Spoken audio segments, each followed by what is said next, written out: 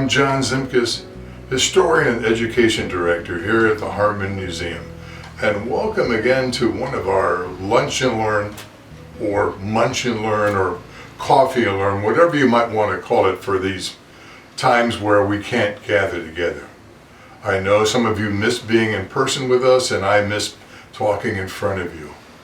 But I hope you will enjoy the one we have today, and it's a really special one.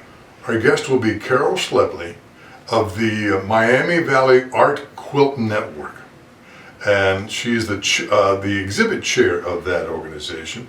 And her group makes beautiful quilts, and they encourage creativity. But the topic for these quilts is pretty fascinating.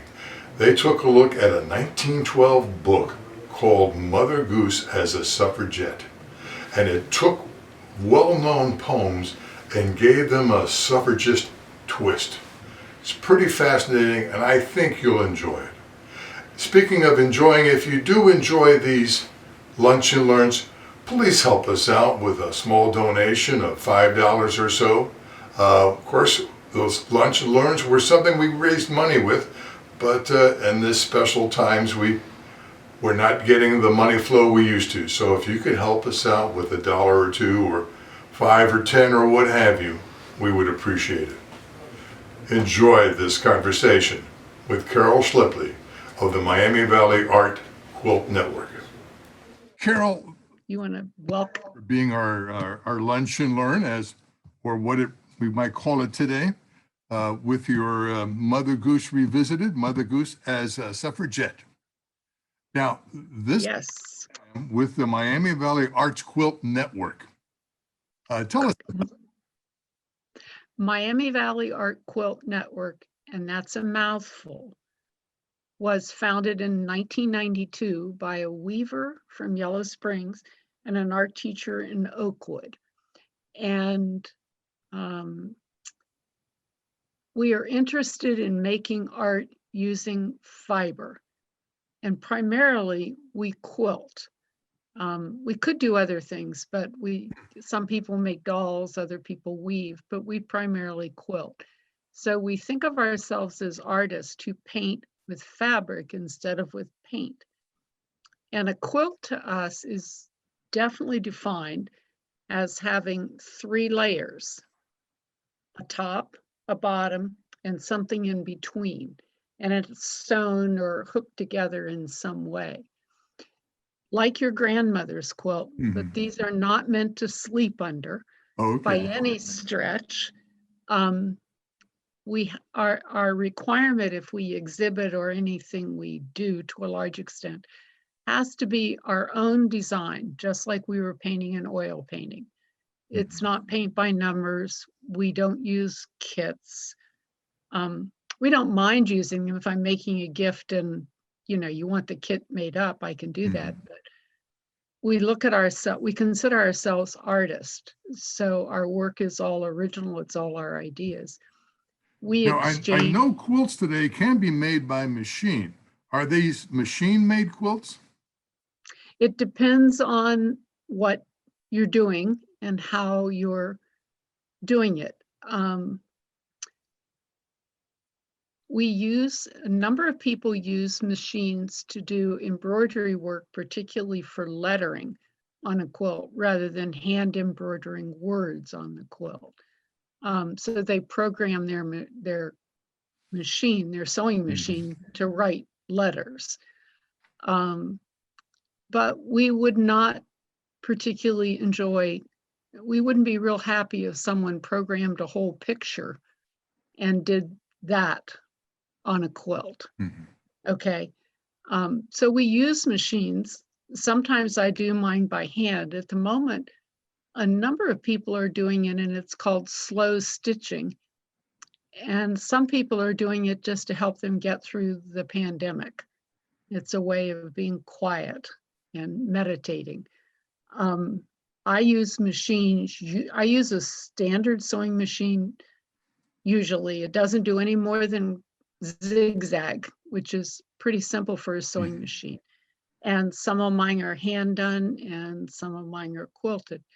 Some of us have big long arm machines. They're about 14 feet long. And they will, although they are not programmed, they move the machine to draw the design on the quilt. So if they want feathers or clouds but it's a hand-free mode, they're doing it by hand, not programming it. Now, I've often heard the phrase studying history of quilting bees, which always made me think that this is a labor-intensive thing which you need help with. It's a labor intensive, and the bees are for talking. Oh, okay. If you were doing a big quilt, I hand did the top of a double bed quilt. I have no idea how many years it took me to do it. But when people were making bed quilts, they would be on large frames. And rather than one person doing it, many people would get together and it would make it go a lot quicker. And you needed those quilts to keep you warm. We don't call them quilting bees, but we have weekends where we get together and everybody brings their sewing machine or supplies. We have a study group that gets together and we work there. We don't usually cooperate.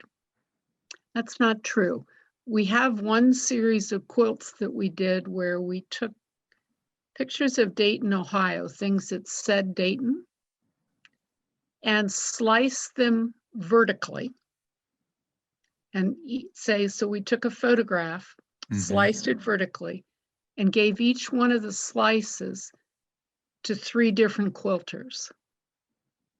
And we drew those in black and white, and then we went to a Kinko's and had them blown up to 42 inches high. The width, of course, took care of itself. And then you were faced with doing your slice of the picture the way you wanted to do it. And so were the other 2 people. And we did not talk to each other. That was part of the restrictions. And the only thing we did was we occasionally got together to be sure that if we had a roof line horizontally, that it matched horizontally, just checking that. And then we put them all together. So we have pictures of the Dayton skyline that is 7 quilts wide. And each quilt was done by a different person. Yeah, I was junior high for 35 years. And the art that's fun. in the junior high I taught in would often have maybe 20 kids do a portrait of somebody, but each person only gets 1 square. Same idea. Yeah, okay. Exactly the same idea. And we have sold most of those quilts. The group owns them. We are not allowed to earn any money at all except our dues.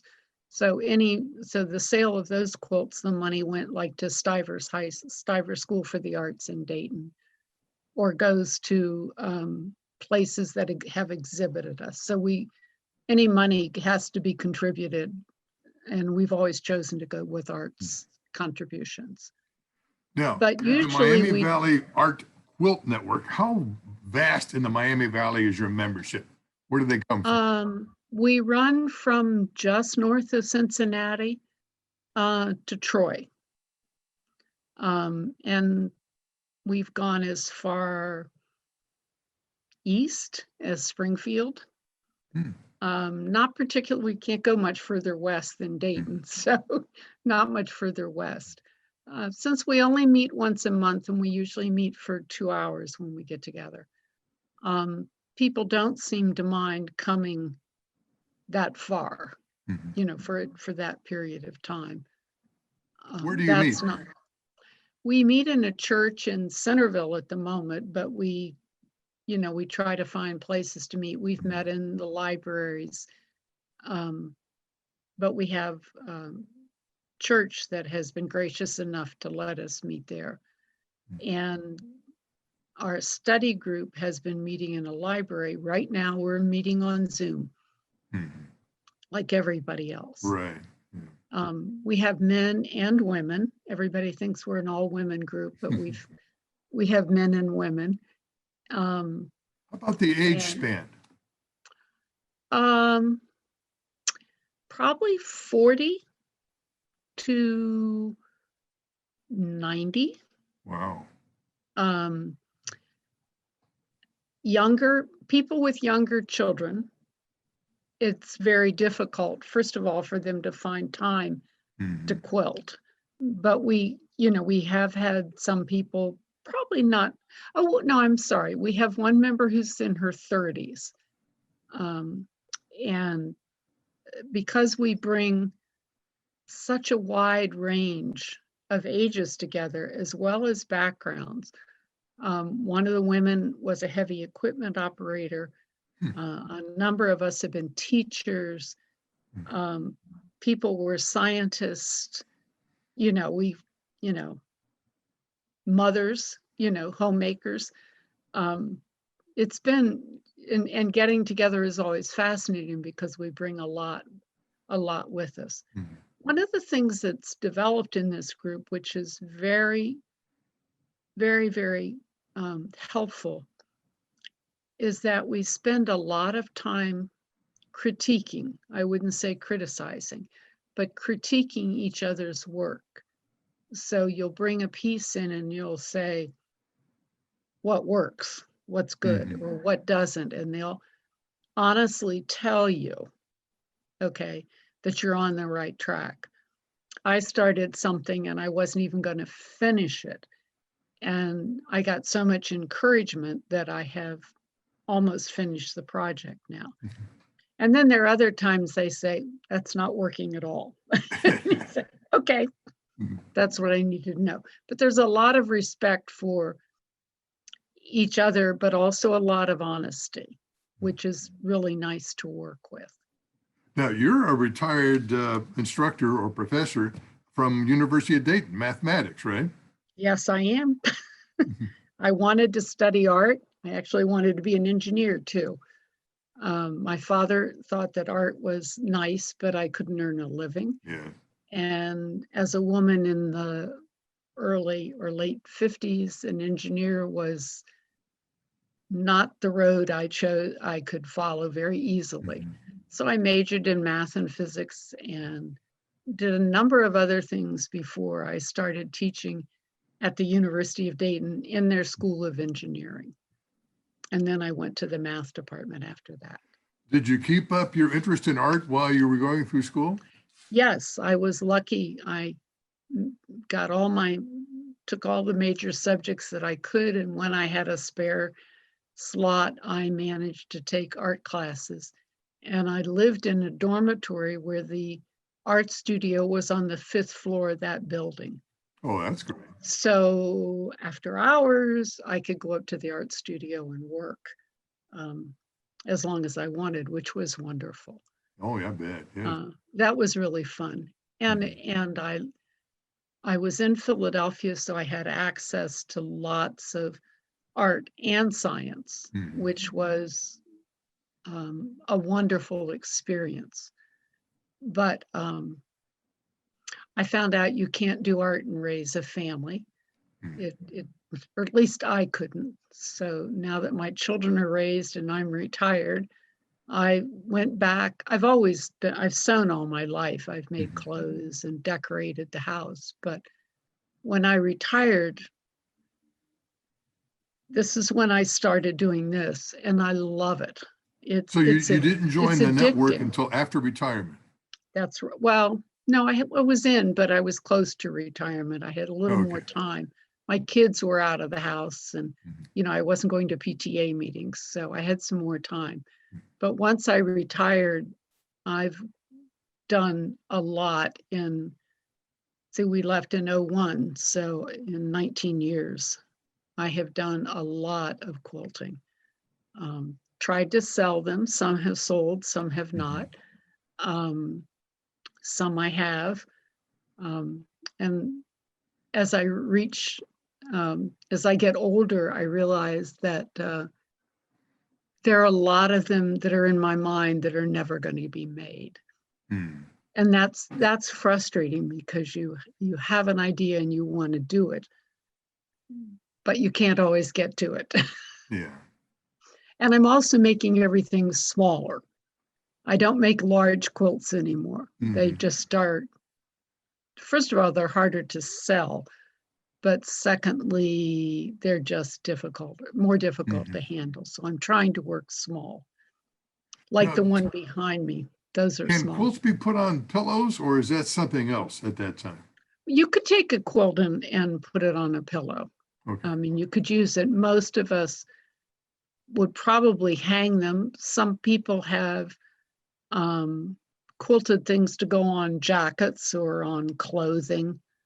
They've designed unique pieces of clothing that they've used their quilts on.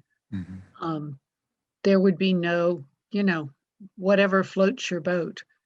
And we don't have to use cotton or fabric. I was going to ask you about that.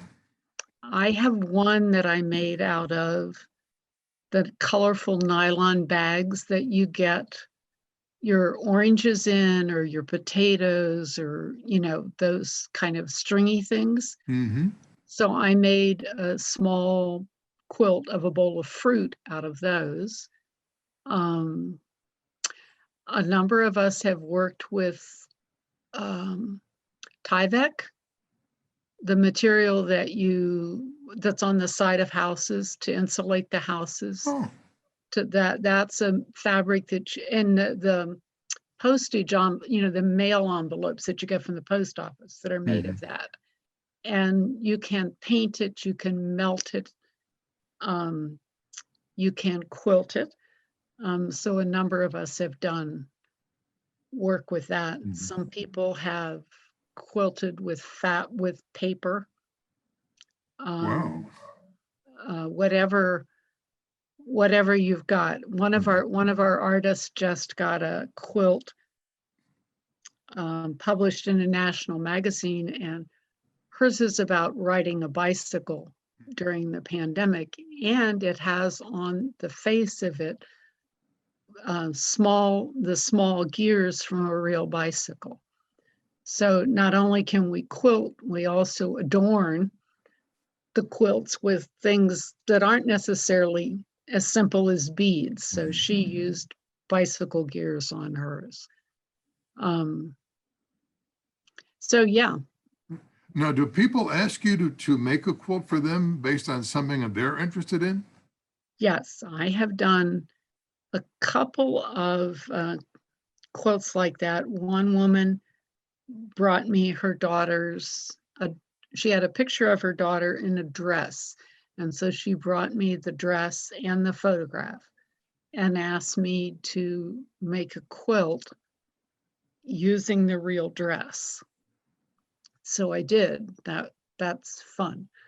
The face was challenging, but you can print on fabric. So you can have photographs which you print on fabric, or you can have a design that you've drawn that you print on fabric that you just run through your computer printer. So that, but I don't think I did. I think I painted her face, on that, but I used the dress. So the sleeves were puffy and all of that was there. I have enough trouble getting paper through a printer. How do you get material through a printer? Well, they sell fabric, all different kinds of fabric that are attached, fused in some way to a piece of paper, so it goes through your printer very easily. And you can also fuse paper. The things you learn, you can fuse fabric to freezer paper. And the trick there is being sure that it's cut exactly 8.5 by 11, so it doesn't get tied up in your printing. One quote in particular from the Suffragist exhibit, the woman printed words like titles and dates on organza, so you could see through it, and put that on the quilts. So yes, you definitely can print. And one of the quilts was designed on a computer. You know how you would put together a picture of some kind on your computer. I don't know how to do that, but she designed her whole quilt on a computer and then printed. She had to go to a professional printer, but she printed it out on fabric. And then she worked on there from her quilt. So sky's the limit. Oh, gee. And Now, go ahead. speaking of topics and materials, Mother Goose as a suffragette, interesting topic, was part of the exhibit, right? Right. It was an add-on. We started out, one of our members, Rosemary Ramsey, came to us and said, hey, 2020 is the 100th anniversary of women's suffrage. Don't you think we should do something? And there was a lot of conversation. There's always conversation. And we said, yeah, let's do this. So we set up guidelines and how big they could be and what they had to be, et cetera. And then she came back very shortly, like another month, came back and said, hey, look at this. I found these poems, these Mother Goose poems written for suffragists and written in 1912. So she passed the poems out and said, what do you think? And everybody said, oh, we ought to make quilts for these poems. So again, with much discussion, we settled on 12-inch square quilts, which we mounted on black felt so that they had uniformity. And then we each took a poem. And I think there were 12 of us who decided to do it. It's about half the group. And we went our merry way. And they turned, and so then we added those to our quilt show. So it had two parts to it. One, the traditional look at suffragettes, and then the other, these fun poems. And now, was the traditional look a larger quilt? yes, the traditional, we decided to celebrate the women and men who had worked for suffrage. And I said we put restrictions on ourselves. So we said it can't be bigger than 4 feet square, and it can't be smaller than 2 feet square. We didn't say they had to be squared, but the perimeters had to kind of follow those guidelines. And in general, we follow rules, but not very well. So we have one quilt that's much smaller, and several quilts that are definitely 4x4 and possibly slightly bigger. One of the things that makes us art quilters is there are no rules. If you're a traditional quilter and you're putting patches together, the corners have to meet, the lines have to be straight, things have to be finished in a certain way. And a number of us say we're art quilters because we can't obey rules. So even though we set guidelines, sometimes we ignore our own guidelines, but generally they were fair-sized quilts and illustrated women or men of interest to the individual quilter. So these are not, in general, these are not the usual suffragists that you see. I mean, we do have Susan B. Anthony and we do have Lucretia Mott, but there are other well-known ones who nobody did. These are usually people who were of interest and minor, what appear to be minor people in the history rather than the really big names. Did you have a list of people to choose from, or did people do their own research? We did have a list, which we ignored. Some of them came from the list. Mine came because I wanted to do an African American.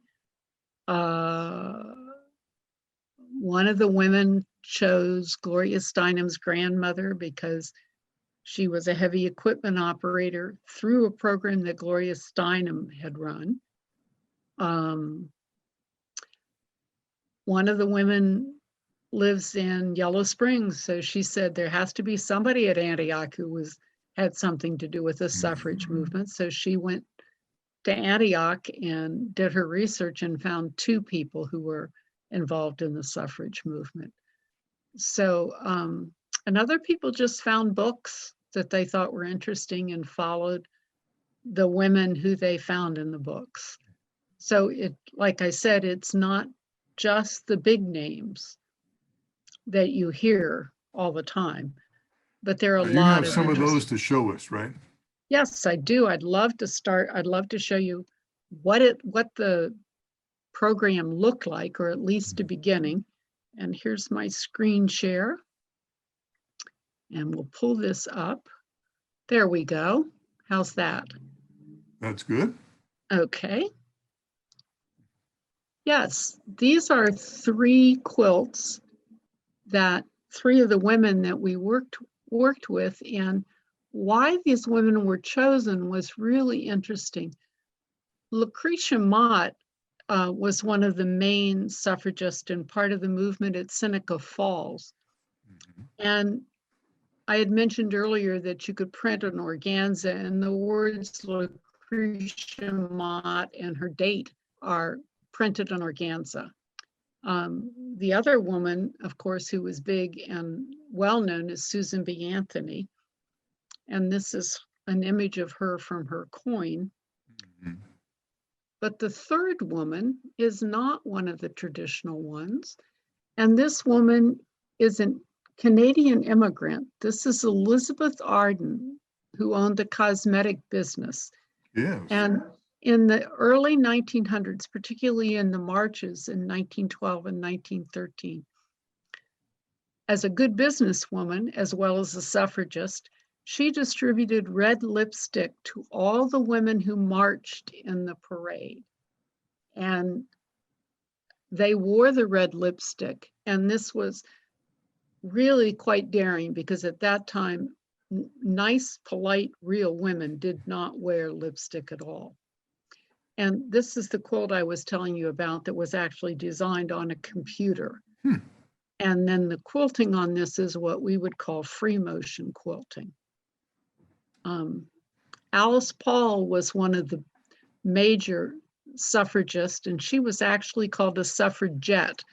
The difference being that suffragettes were militant and thought about peaceful demonstrations as a way to get the legislation passed, and the suffragists thought the best way was to work nicely and politely with the male people I to had try to seen a get thing them on to vote for them. PBS about Alice Paul.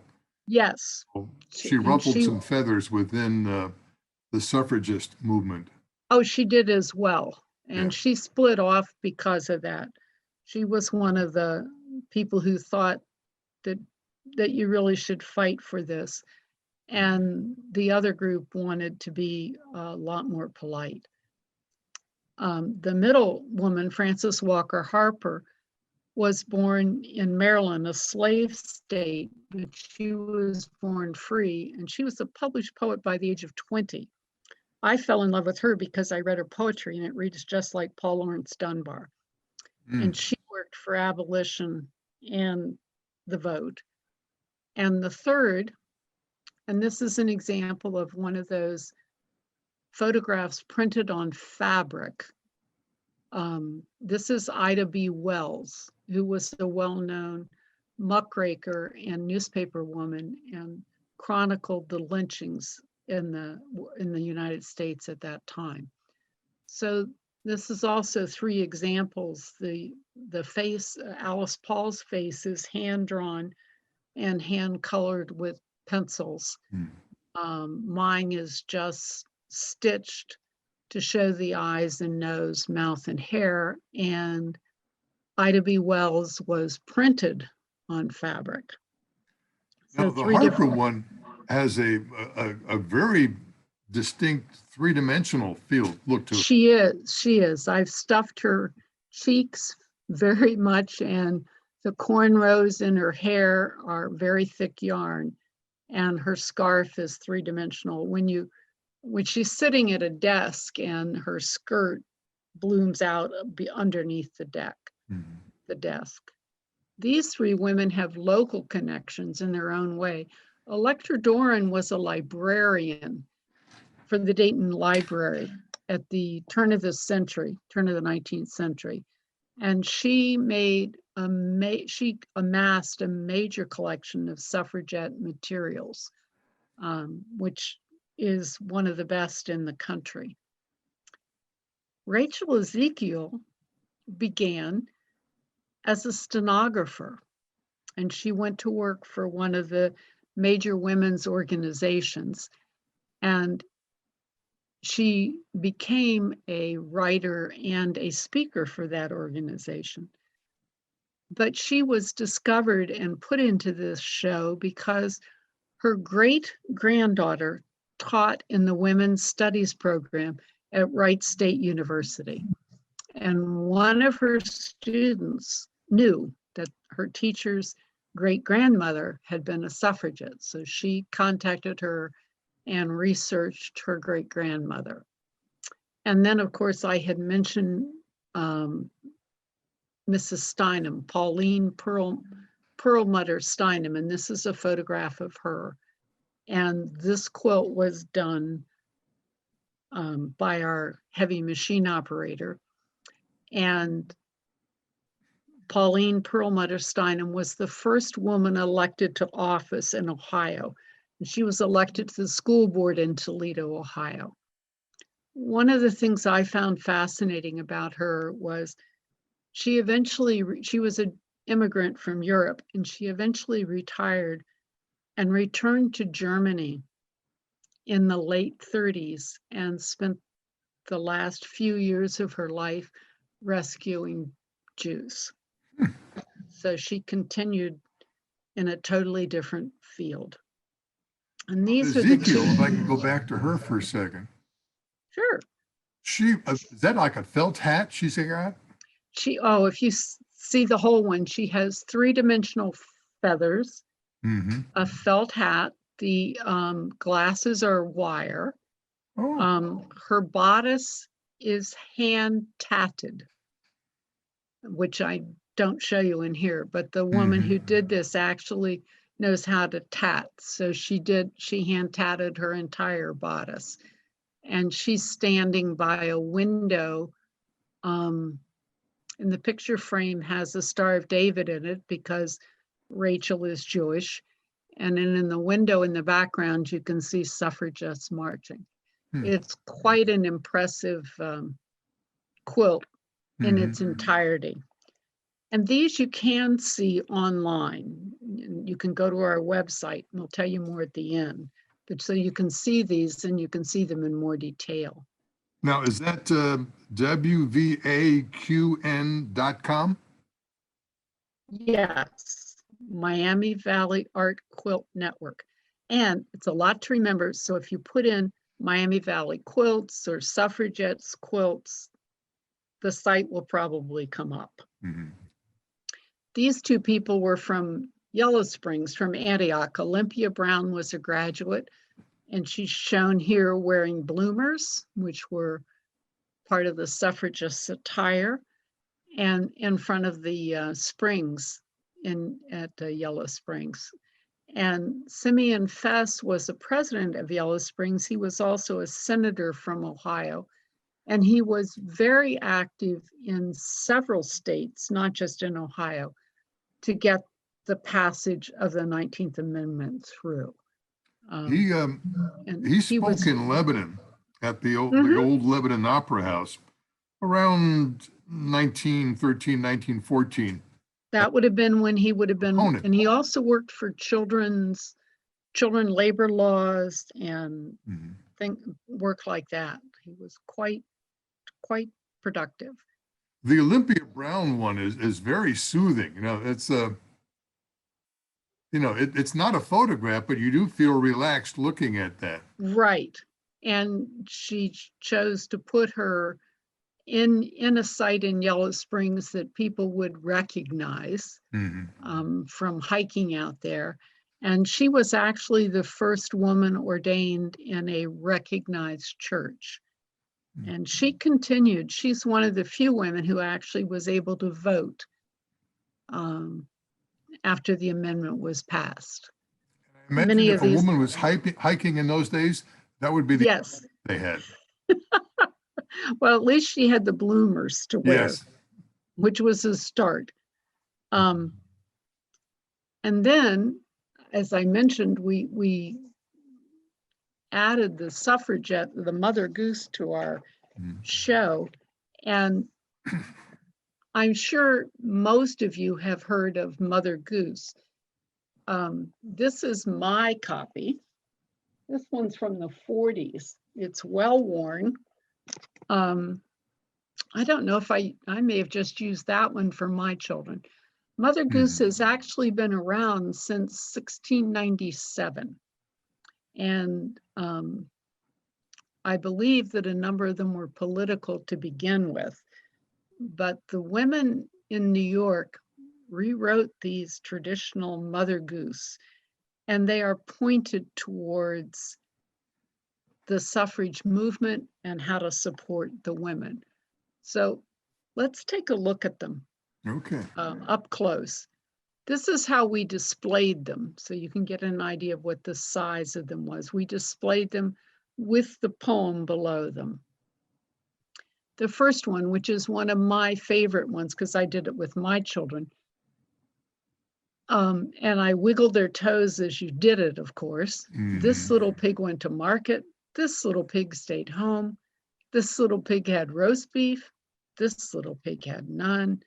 And this little pig went wee, wee, wee all the way home. Now, my last line isn't the same as theirs because Mother Goose is a very much of a living literature. And I'm sure people have their own versions that they've heard over and over. The Suffragettes version was illustrated by Ann Diller with little baby feet in pink and 5 pigs. Now let's listen to the poem, but we'll also look at the pigs up close.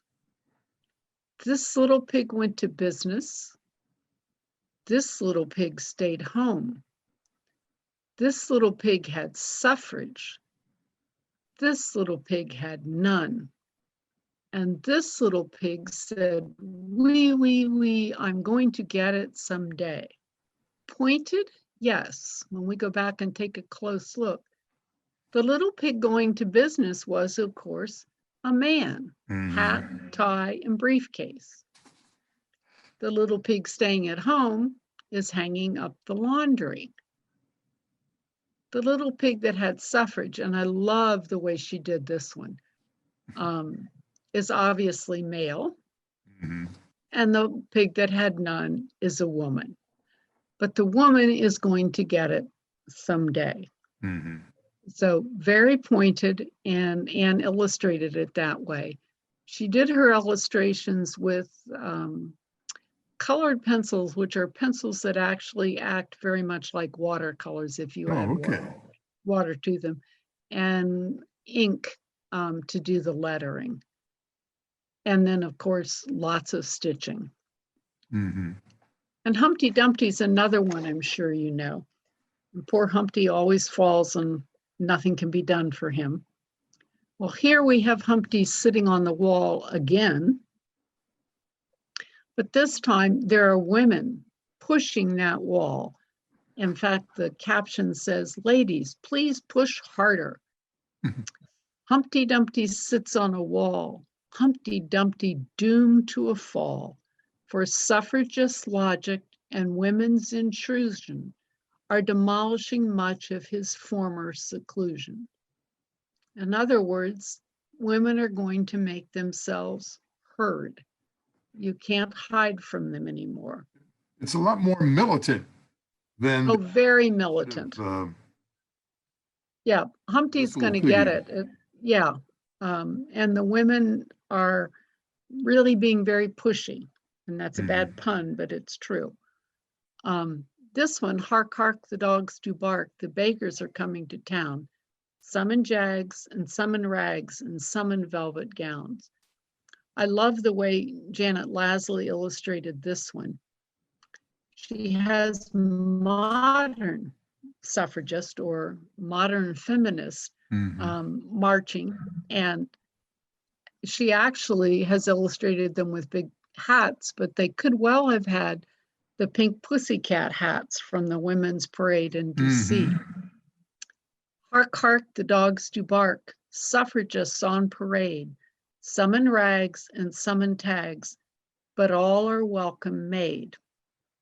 Well, the last line is iffy because there were divisions within the suffragists. There were the militants who didn't mind using civil disobedience to make their point, and the ones who wanted to do this all quietly. There was also a major division between African Americans and whites, mainly because the concern was that there were white women who did not want the African Americans to get the vote, or were afraid if they went with them, they wouldn't get the vote. So it was not very nice, not a very good situation at all. And many of both groups, though, worked for abolition, particularly in the early days. So they were tied together at the beginning quite a bit. If you'll notice in the background, the original suffragettes are actually hinted at in the background of Janet's quilt, because she's outlined them in their big dress. I didn't notice them at and first. with all of their sunbonnets. Yeah, some of these you have to really look very closely at to see what's going on. This is one I always knew as Ding Dong Dell. This book prints it as Ding Dong Bell. Pussy's in the well, who put her in? Little Johnny Green. Who pulled her out? Little Tommy Trout. What a naughty boy was that, to drown poor Pussycat, who never did him any harm, but killed the mice in his father's barn. Now, I read the poem, and none of us saw the illustrations that went with the original poems. So I have Ding Dong Bell, woman's in the well. So I put the woman in the well. And who put her there? Ignorance, I swear. And who'll pull her out? The vote, without a doubt. So this is saving her. It was a naughty world, I trow, to try to hurt a lady so, who never did any harm, but only added to its charm. Even though they've been militant, this poem again looks at women as being sweet and charming. Yes. And that's all right, kind of, but sometimes it can be a put down as well. Yeah, it sort of wants to go both ways at the same time. Right. And this one, Seesaw Marjorie Daw, which we've all sung when we were on the Teeter-Totters. And Chris Serbuchen did this one, and she used traditional quilt patterns. Sunbonnet Sue and Sunbonnet Sam are very traditional in the quilters world. And so she found fabric with those printed on them and then cut them out and used those in her quilt. And this one reads, Seesaw Marjorie Daw, her brother has a fat wallet, but she shall earn but a penny a day because she has no ballot. And in this case, you can notice that he has all the money, or at least so her quilt illustrates, and Chris, when she did this, was able to find a silver penny button to put on her quilt for Sunbonnet Sue. So again, equal pay for equal work. And I think there's a lot to be said also, not just for equal pay for equal work, but also equity in payment. Yeah, something which is very much an issue today. Definitely. Some of this hasn't changed, although considering what it was like then, where women did not, married women owned nothing, including their wardrobe. And they could not hold a job. And if they had a job, their husband got all of their wages. When this originally started in 1848, women were not admitted to colleges. It's hard to believe now in my lifetime, from the 40s to now, we've gone from at least I can get a credit card without my husband's signature. Yes. There was a time when I was the sole wage earner and I couldn't get a credit card without my husband's signature. So there have been some changes. In fact, a lot of them. I'm not sure all of the young women, particularly when we vote, know what women went through to get us that right. That's true. This one talks a lot about women's work. Deedle deedle dumpling, my son John went to bed with his stockings on, one shoe off and one shoe on. Deedle deedle dumpling, my son John. I think I like that because I like the deedle deedle dumpling. Yeah. But Peggy Matley illustrated this, showing very much what it meant to do women's work. You'll notice that the quilt is all hand embroidered, the things that the wife had to do or work that the woman had to do. And she's also hand patched them on and sewed lots of buttons on. And the new poem points to that work. Deedle deedle dumpling, my son John, he went to bed with his stockings on. Why wasn't I there when he went to sleep? I was working all night for his room and keep. So obviously we have a single mother here. Yes. And that's something else that probably needs addressing in our world today. It's a sad message, a sad poem. Oh, yes, very. And she misses her child. Yes. The king is obviously happy and he's going to get his pie with blackbirds. Melinda Luxmiller illustrated the new one that the Suffragists did, that it takes a much more pointed view of the king or the government. And I'm going to show this in parts just so you can see the detail in her quilt. Sing a song of sixpence, a government of quacks. 24 women paying in their tax. When the money's counted, theirs as good as any. Why is not a ballot fair as in a penny? So women were working and paying taxes. The women who were working were paying taxes, but had no right to the vote. Back to the old taxation without representation. Yes. From the beginning of our country. And Melinda has quilted this, which I thought was very nice touch, on sheet music, since it is sing a song. And her quacks at the government and the women, and then of course, the fact that there's no voting for women on her ballot box. This poem I don't know at all. 3 wise men of Gotham went to sea in a bowl.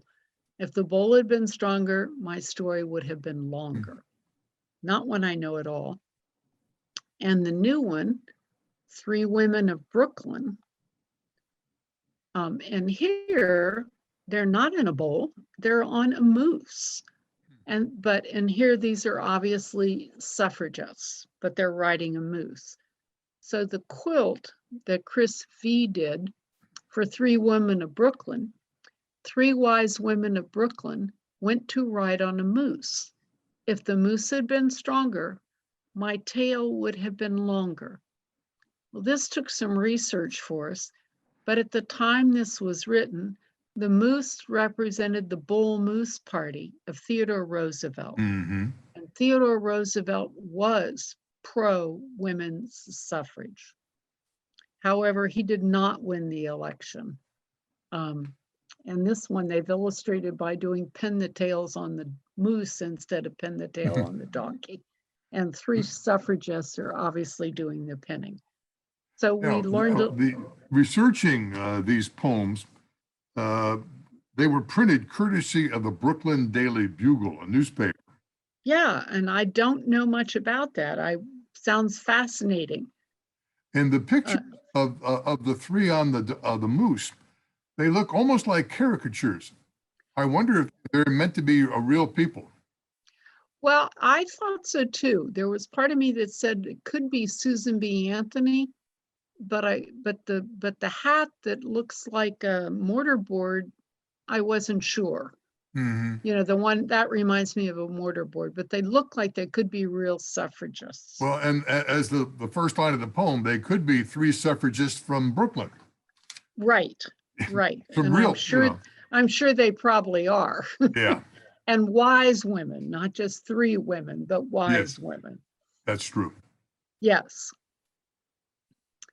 This one, I love the old illustration, and it shows the young lady so darling and so sweet, and contrast that to the way the new poem is illustrated by Jennifer Greniff. Obviously, this is not a charming young woman. This is a woman warrior with a silver breastplate and a sword in hand, with 1 foot on a man. And she's also holding in her left hand the scales of justice. So it's not totally might, the strength of might. 1, 2, a vote will do. 3, 4, I'll do some more. 5, 6, the laws I'll fix. 7, 8, politics make straight.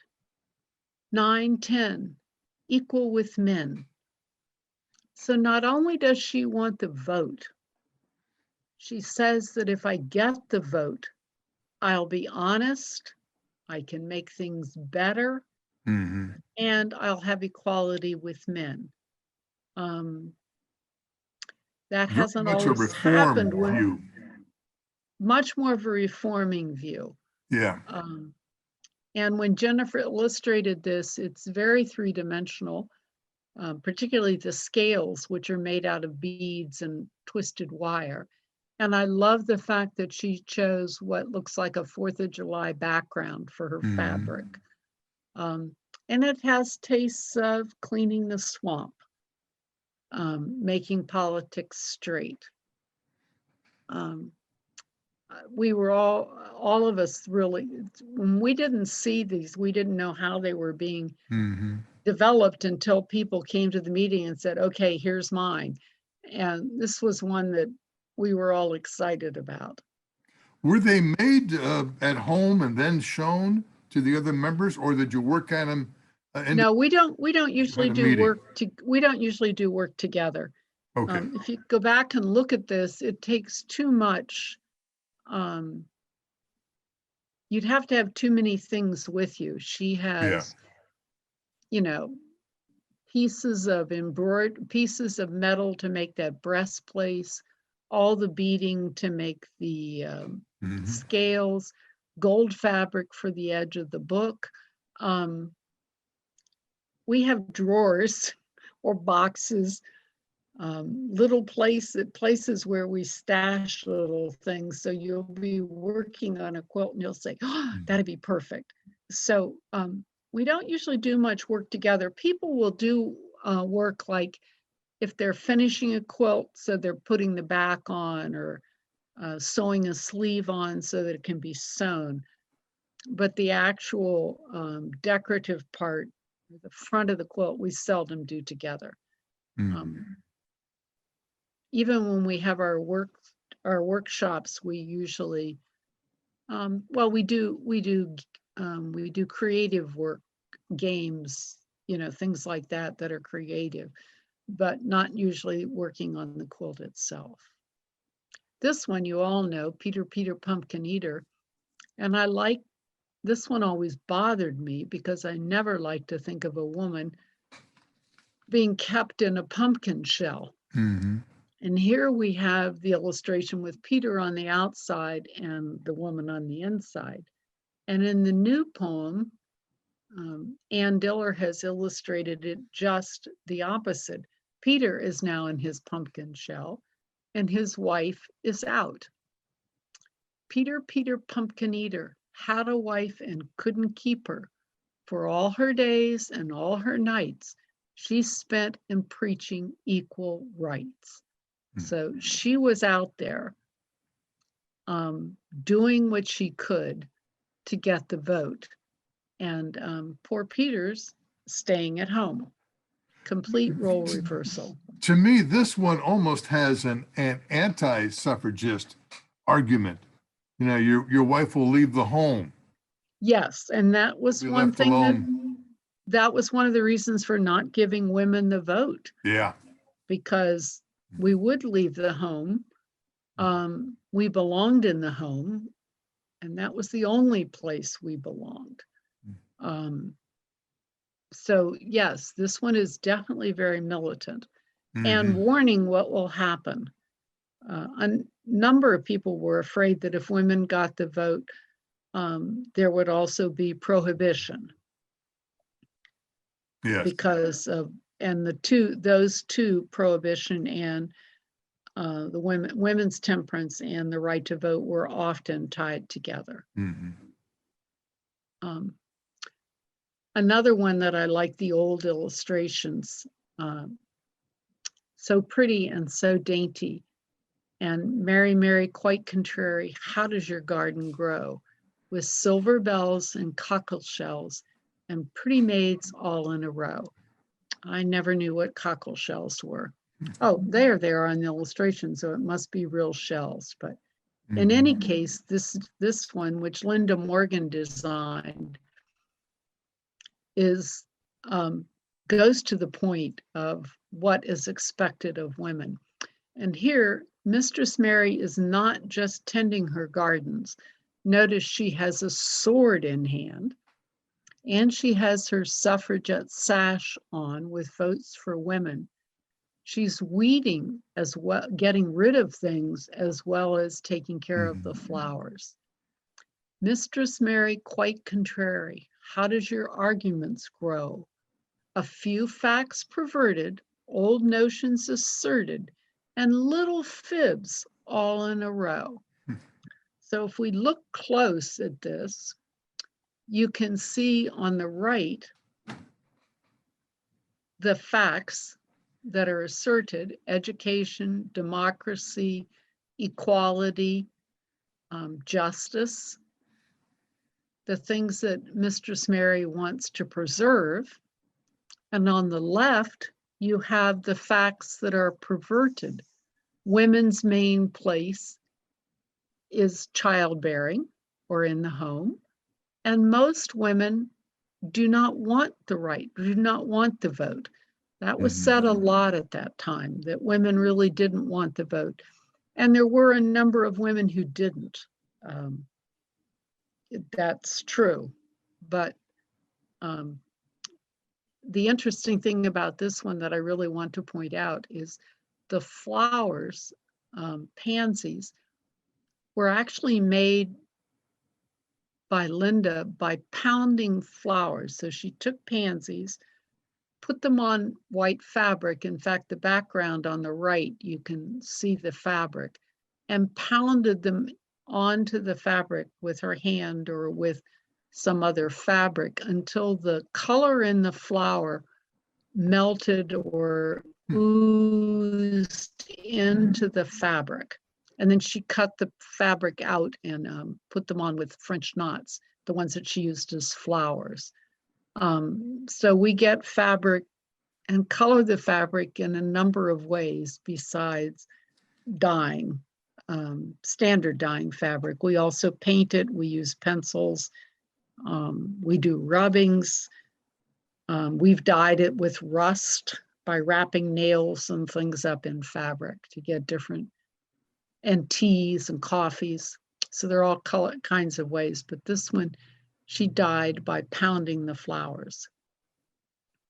It's by far the most three-dimensional of all the. Right, it's quilts you very showed on us. three-dimensional, and the one that has the scales is very three-dimensional. This one is a very long poem, one that children often like because it always has repetition with each verse. And as they get rolling, they can continue. This is the house that Jack built. This is the malt that lay in the house that Jack built. This is the rat that ate the malt that lay in the house that Jack built. Yada, da, da, da, on. And kids love it. Well, this one is the most pointed political one. And seeing the length of this, I was wondering how it was even going to be done. And this was done by Shannon Nyack. And it's all done quite simply in one drawing.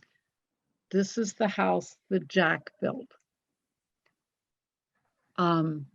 You can see the Capitol at the top, and then a lot of things going on. So let's take a look at this piece by piece as I read the new poem. I won't keep going back and repeating it all, but remember it builds.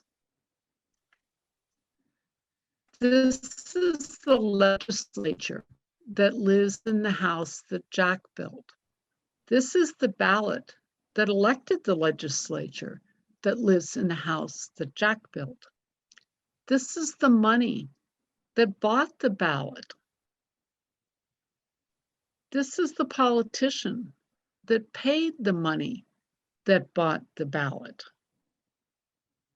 This is the trust that owns the politician that paid the money that bought the ballot.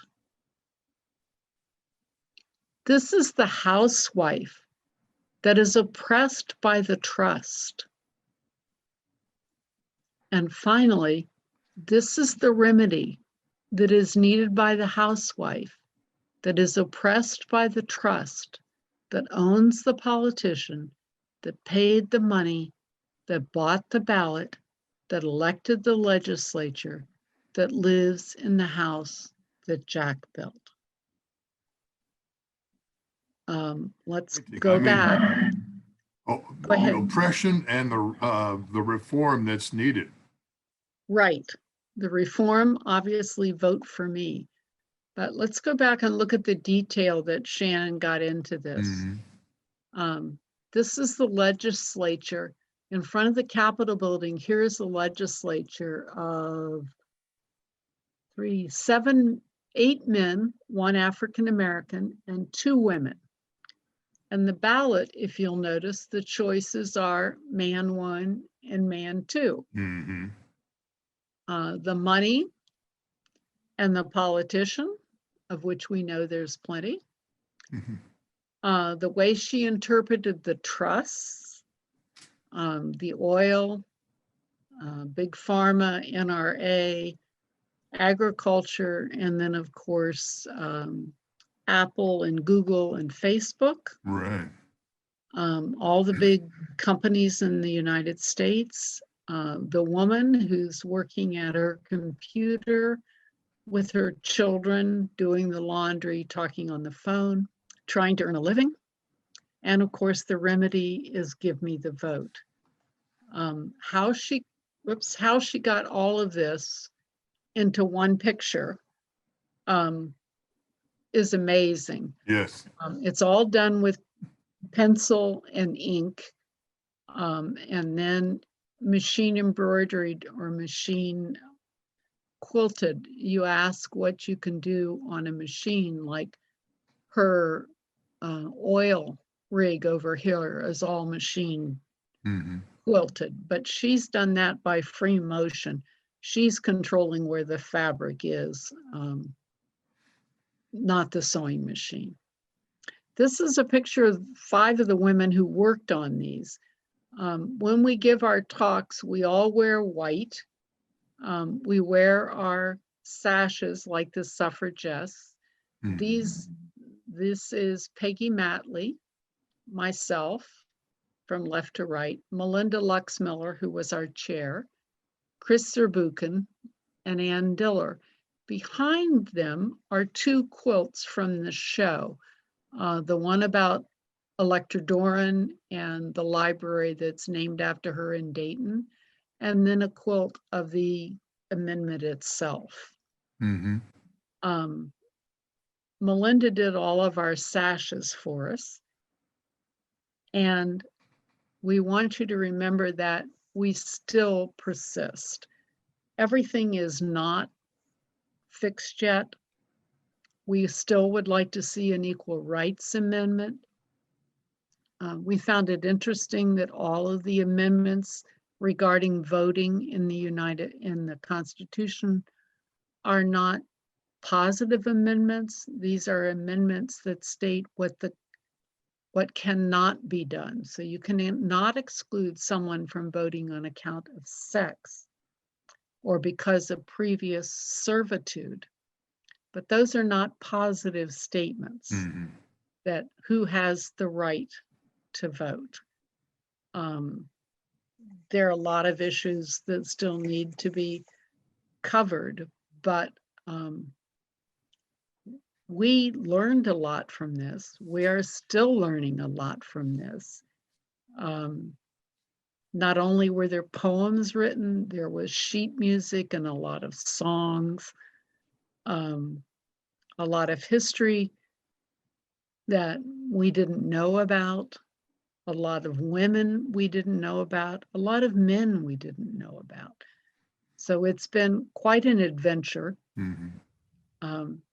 I'd like for anybody who's watching this to be sure you can go to our website, MVAQN.com or Miami Valley Quilts, something will come up. Mhm. And in that website, there are all of the quilts in our show, 25 of our bigger quilts and the 12 Mother Goose. And with each quilt, not only is there information about the size of the quilt and how the artist made it and their interpretation and why they did what they did, but there's also the history of that woman or of the quilt and that era. And Carol, there are close also books. the slide presentations so we can see you again. I don't know if you noticed, but all this time you were looking just at me, looking at the quilts. And we, I'm up on my screen. are you? Yes, I am. Well, I'm just the one on my screen. Okay. There.